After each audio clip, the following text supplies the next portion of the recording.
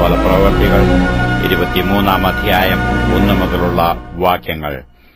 പൗലോസ് ന്യായാധിപസംഘത്തെ ഉറ്റുനോക്കി, സഹോദരന്മാരെ, ഞാൻ ഇന്നേ ദിവസത്തോളവും കേവലം നല്ല മനസാക്ഷിയോടും കൂടെ ദൈവത്തിന്റെ മുമ്പാകെ നടന്നിരിക്കുന്നു എന്ന് പറഞ്ഞു.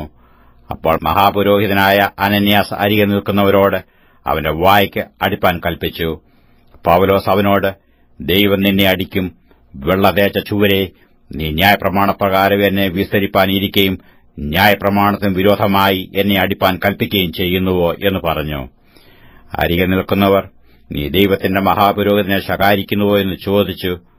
അതിന് പൗലോസ്, സഹോദരന്മാരെ, മഹാപുരോഹിതൻ എന്ന് ഞാൻ അറിഞ്ഞില്ല. നിന്റെ ജനത്തിന്റെ അധിപതിയെ ദൂഷിക്കരുത് എന്ന് എഴുതിയിരിക്കുന്നുവല്ലോ എന്ന് പറഞ്ഞു. എന്നാൽ ന്യായാധിപസംഘത്തിൽ ഒരുപക്ഷം സദൂക്യരും ഒരുപക്ഷം പരീശന്മാരും ആകുന്നു എന്ന് പൗലോസ് അറിഞ്ഞു. സഹോദരന്മാരെ, ഞാൻ ഒരു പരീശനും പരീശന്മാരുടെ മകനുമാകുന്നു. മരിച്ചവരുടെ പ്രത്യാശയെയും പുനരുത്ഥാനത്തെയും കുറിച്ച് ഞാൻ വിസ്താരത്തിലായിരിക്കുന്നുവെന്ന് വിളിച്ചു പറഞ്ഞു. അവനിത് പറഞ്ഞപ്പോൾ പരീശന്മാരും സദൂക്യരും തമ്മിൽ ഇടഞ്ഞു സംഘം ചിദ്രിച്ചു. പുനരുത്ഥാനമില്ല, ദൂതനും ആത്മാവുമില്ല എന്ന് സദൂക്യർ പറയുന്നു, പരീശന്മാരോ രണ്ടുമുണ്ടെന്ന് പ്രമാണിക്കുന്നു. അങ്ങനെ വലിയൊരു നിലവിളി ഉണ്ടായി. പരീശപക്ഷത്തിലെ ശാസ്ത്രിമാരിൽ ചിലർ എഴുന്നേറ്റ് വാദിച്ചു, ഈ മനുഷ്യനിൽ ഞങ്ങൾ ഒരു കുറ്റവും കാണുന്നില്ല. ഒരാത്മാവോ ഒരു ദൂതനോ അവനോട് സംസാരിച്ചു എന്ന് വന്നേക്കാം എന്ന് പറഞ്ഞു. അങ്ങനെ വലിയ ഇടച്ചിലായതുകൊണ്ട് അവർ പൗലോസിനെ ചീന്തിക്കളയും എന്ന് സഹസ്രാധിപൻ പേടിച്ചു. പടയാളികൾ ഇറങ്ങിവന്നു അവനെ അവരുടെ നടുവിൽ നിന്ന് പിടിച്ചെടുത്ത് കോട്ടയിൽ കൊണ്ടുപോകുവാൻ കൽപ്പിച്ചു. രാത്രിയിൽ കർത്താവ് അവന്റെ അടുക്കൽ നിന്നു, ധൈര്യമായിരിക്ക, നീ എന്നെക്കുറിച്ച് യെരൂശലേമിൽ സാക്ഷീകരിച്ചതുപോലെ റോമയിലും സാക്ഷീകരിക്കേണ്ടതാകുന്നു എന്ന് അരുളി ചെയ്തു. നേരം വെളുത്തപ്പോൾ ചില യഹൂദന്മാർ തമ്മിൽ യോജിച്ച് പൗലോസിനെ കൊന്നുകളയുവോളം ഒന്നും തിന്നുകയോ കുടിക്കുകയോ ചെയ്യുകയില്ല എന്ന് ശപഥം ചെയ്തു. ഈ ശപഥം ചെയ്തവർ 40 അധികം പേരായിരുന്നു. അവർ മഹാപുരോഹിതന്മാരുടെയും മൂപ്പന്മാരുടെയും അടുക്കൽ ചെന്നു, ഞങ്ങൾ പൗലോസിനെ കൊന്നുകളയുവോളം ഒന്നും ആസ്വദിക്കുകയില്ല എന്നൊരു കഠിന ശപഥം ചെയ്തിരിക്കുന്നു. ആകയാൽ നിങ്ങൾ അവന്റെ കാര്യം അധികം സൂക്ഷ്മത്തോടെ പരിശോധിക്കണമെന്നുള്ള ഭാവത്തിൽ അവനെ നിങ്ങളുടെ അടുക്കൽ താഴെ കൊണ്ടുവരുവാൻ ന്യായാധിപസംഘവുമായി സഹസ്രാധിപനോട് അപേക്ഷിപ്പീൻ. എന്നാൽ അവൻ സമീപിക്കും മുമ്പേ ഞങ്ങൾ അവനെ ഒടുക്കിക്കളവാൻ ഒരുങ്ങിയിരിക്കുന്നു എന്ന് പറഞ്ഞു. ഈ പതിയിരിപ്പിനെക്കുറിച്ച് പൗലോസിന്റെ പെങ്ങളുടെ മകൻ കേട്ടിട്ട് ചെന്ന് കോട്ടയിൽ കടന്ന് പൗലോസിനോട് അറിയിച്ചു. പൗലോസ് ശതാധിപന്മാരിൽ ഒരുത്തനെ വിളിച്ചു, ഈ യൗവനക്കാരന് സഹസ്രാധിപനോട് ഒരു കാര്യം അറിയിപ്പാനുള്ളതിനാൽ അവനെ അങ്ങോട്ട് കൊണ്ടുപോകണം എന്ന് പറഞ്ഞു. അവൻ അവനെ കൂട്ടി സഹസ്രാധിപന്റെ അടുക്കൽ കൊണ്ടുചെന്നു.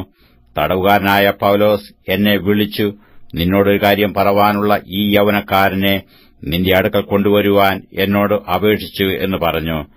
സഹസ്രാധിപൻ അവനെ കൈക്ക് പിടിച്ചു മാറി നിന്നു. എന്നോട് ബോധിപ്പിപ്പാനുള്ളത് എന്ത് എന്ന് സ്വകാര്യമായി ചോദിച്ചു. അതിനു അവൻ, യഹൂദന്മാർ പൗലോസിനെക്കുറിച്ച് അധികം സൂക്ഷ്മത്തോടെ വിസ്താരം കഴിക്കണമെന്നുള്ള ഭാവത്തിൽ വന്ന് നാളെ അവനെ ന്യായാധിപസംഘത്തിലേക്ക് കൊണ്ടുവരേണ്ടതിന് നിന്നോട് അപേക്ഷിപ്പാൻ ഒത്തുകൂടിയിരിക്കുന്നു.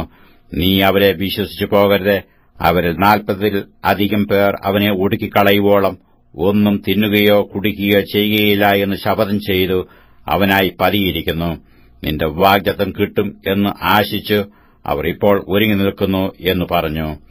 നീ ഇത് എന്നോട് അറിയിച്ചു എന്ന് ആരോടും മിണ്ടരുത് എന്ന് സഹസ്രാധിപൻ കൽപ്പിച്ചു യൗവനക്കാരനെ പറഞ്ഞയച്ചു.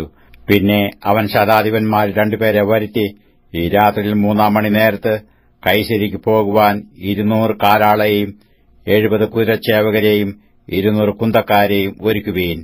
പൗലോസിനെ കയറ്റി ദേശാധിപതിയായ ഫേലിക്സിന്റെ അടുക്കൽ ക്ഷേമത്തോടെ എത്തിപ്പാൻ മൃഗവാഹനങ്ങളെയും സംഭരിപ്പീൻ എന്ന് കൽപ്പിച്ചു. താഴെ പറയുന്ന വിധത്തിൽ ഒരു എഴുത്തും എഴുതി: ക്ലൌദിയോസ് ലൂസിയാസ് രാജശ്രീ, ഫേലിക്സ് ദേശാധിപതിക്ക് വന്ദനം. ഈ പുരുഷനെ യഹൂദന്മാർ പിടിച്ചു കൊല്ലുവാൻ ഭാവിച്ചപ്പോൾ റോമാഭവനിൽ നിന്ന് അറിഞ്ഞു. ഞാൻ പട്ടാളത്തോടുകൂടെ നേരിട്ട് ചെന്നു അവനെ വിടുവിച്ചു. അവന്റെ മേൽ കുറ്റം ചുമത്തുന്ന സംഗതി ഗ്രഹിപ്പാൻ ഇച്ഛിച്ചിട്ട് അവരുടെ ന്യായാധിപസംഘത്തിലേക്ക് അവനെ കൊണ്ടുചെന്നു. എന്നാൽ അവരുടെ ന്യായപ്രമാണം സംബന്ധിച്ചുള്ള തർക്കങ്ങളെക്കുറിച്ച് കുറ്റം ചുമത്തുന്നതല്ലാതെ മരണത്തിനോ ചങ്ങലയ്ക്കോ യോഗ്യമായതൊന്നും ഇല്ല എന്ന് കണ്ടു. അനന്തരം ഈ പുരുഷന്റെ നേരെ അവർ കൂട്ടുകെട്ട് ഉണ്ടാക്കുന്നു എന്ന് തുമ്പ് കിട്ടിയപ്പോൾ ഞാൻ തൽക്ഷണം അവനെ നിന്റെ അടുക്കലേക്ക് അയച്ചിരിക്കുന്നു.